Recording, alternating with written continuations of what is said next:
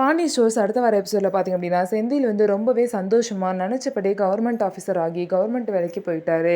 இந்த சந்தோஷமான விஷயத்தை பார்த்திங்கன்னா கதிர் வந்து ராஜுக்கிட்ட வந்து சொல்லிட்டு இருக்காங்க. ரொம்பவே அண்ணிலேருந்து எல்லாமே ரொம்ப சந்தோஷமாக இருந்தாங்க.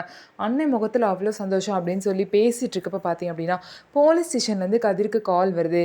இந்த மாதிரி நீங்கள் தானே கதிர், ராஜியோட நகைலாம் காணா போச்சுன்னு சொல்லிட்டு கம்ப்ளைண்ட் பண்ணிங்களே, அவனை வந்து பிடிச்சி பாதி நகையை மீட்டு எடுத்திருக்கோம், உடனே ஸ்டேஷனுக்கு வாங்க அப்படின்னு சொல்லிட்டு கூப்பிட்றாங்க. உடனே வந்து ராஜியும் கதிர் 2 பேருமே ஸ்டேஷனுக்கு போகிறாங்க. ஸ்டேஷனுக்கு போனப்போ பார்த்திங்க அப்படின்னா அங்கே கண்ணனை பிடிச்சி வச்சுருக்காங்க. ஏற்கனவே பார்த்திங்க அப்படின்னா ஜாமீனில் வெளியே போனவன் பார்த்திங்க அப்படின்னா இன்னொரு பொண்ணை ஏமாற்றி அந்த பொண்ணுக்கிட்டே வந்து கல்யாணம் பண்ணிக்கிறேன்னு சொல்லிட்டு பொய் சொல்லி நகையெல்லாம் திருடி இருக்கான். அப்போ வந்து திருட்டு கேஸில் மாட்டின இந்த கண்ணை பார்த்திங்க அப்படின்னா பாதி நகையை வந்து ராஜியோட நகையை வந்து விற்றுட்டு பாதி நகையை வச்சுருக்கான். அந்த நகையை மீட்டு போலீஸ் வந்து கொண்டு வந்திருக்காங்க. அதை கொடுக்கறதுக்காக ராஜியும் கதிரும் வர சொல்லியிருப்பாங்க. ராஜியும் பார்த்திங்க அப்படின்னா அந்த நகையெல்லாம் பார்த்துட்டு இது என்னோட நகை தான் அப்படின்னு சொல்லிட்டு கன்ஃபார்ம் பண்ணிடுவாங்க.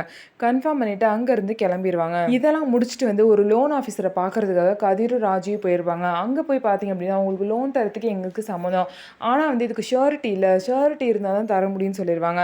கதிருக்கு பார்த்தீங்க அப்படின்னா யாருமே ஷூரிட்டி தர முன் வர மாட்டாங்க. அது கதிர்க்கே தெரியும்.